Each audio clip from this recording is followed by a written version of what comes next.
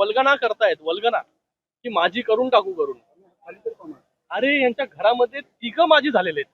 तर हे सगळे सिम्पटम्स जे आहे डिमेन्शिया म्हणजे स्मृतीभ्रंश याचे आहेत. मी पण तुमच्याच माध्यमाने ते ऐकलं.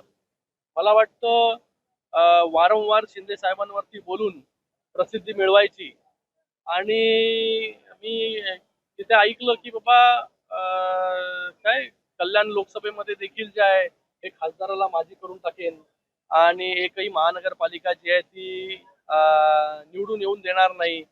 आता त्यांना थोडस मी जसं म्हणतो की वयाप्रमाणे काही आजार जे आहेत ते होत असतात. तर वयाप्रमाणे परिणाम जो आहे हा नक्कीच त्यांच्यावरती होत चाललाय. कारण की हे कॉन्फिडेंटली का बोलू शकतो मी, कारण की मी स्वतः एक डॉक्टर आहे. त्यांची डायग्नोसिस मला वाटतं त्यांना स्मृतीभ्रंश, त्याला इंग्लिशमध्ये डिमेन्शिया असं म्हणतात. त्याच्यामध्ये माणूस विसरतो, मागे झालेल्या इतिहासामध्ये झालेल्या गोष्टी विसरतो, तो थोडा चिडचिड करतो, त्याच्यानंतर त्याची दिशाभूल जी आहे ती लगेच होऊ शकते, व्यक्तिमत्वामध्ये बदल घडतो. आम्ही खूप एक मोठा व्यक्तिमत्व म्हणून गणेश नाईक साहेबांना आजपर्यंत समजत होतो, पण त्यांच्या व्यक्तिमत्वामध्ये पण काका खूप बदल झालेला आहे. तर ते थोडस आजार जो आहे हा वाढत असतो कधी कधी.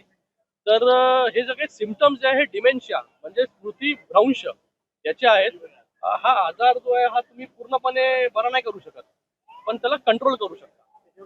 हा औषधं वगैरे देऊन कंट्रोल करू शकतो. तर ते आमचं बाळासाहेब ठाकरे दवाखाना जो आहे हा तिथे त्याचं औषध जे आहे ते उपचार करून मिळू शकतो. मी का म्हणतोय, कारण की जे वल्गना करतायत, वल्गना की माझी करून टाकू करून. अरे यांच्या घरामध्ये तिघं माझी झालेले आहेत.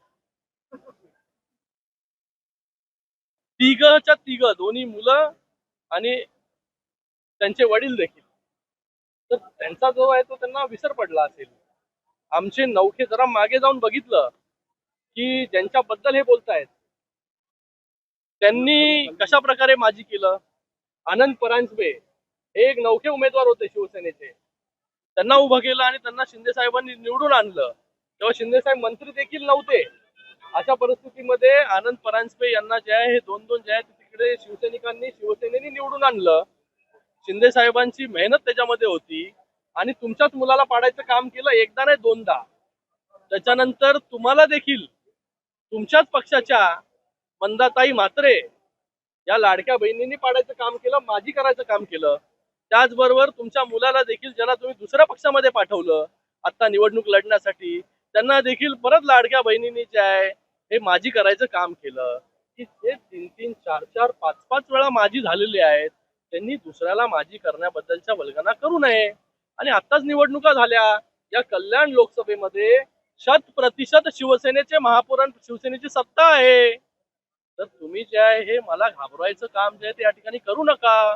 बहुत लोक आहे, बहुत लोक चले गए. तुम्हाला जर आजमायचं असेल या कल्याण लोकसभेमध्ये तर 2029 मध्ये जो आहे हा या ठिकाणी या, स्वागत आहे. 2029 मध्ये डॉक्टर श्रीकांत शिंदेच्या समोर आपण उभे राहा, तर तुम्हाला कळून जाईल. या कल्याण लोकसभेमधील महानगरपालिकेमध्ये सगळीकडे शिवसेनेची सत्ता आहे. अंबरनाथ, उल्हासनगर, कल्याण डोंबिवली आणि ठाणे महानगरपालिकेमधील 25च्या 25 नगरसेवक जे माझ्या कल्याण लोकसभेमध्ये ते पैकीच्या पैकी निवडून आलेले आहेत.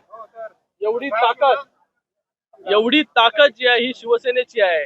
ही कोणाच्या भरोशावरती जी आहे ना, शिवसैनिकांच्या ताकदीवरती आणि इकडच्या जनतेच्या विश्वासावरती जे आहे शिवसेनेची सत्ता स्थापन केलेली आहे.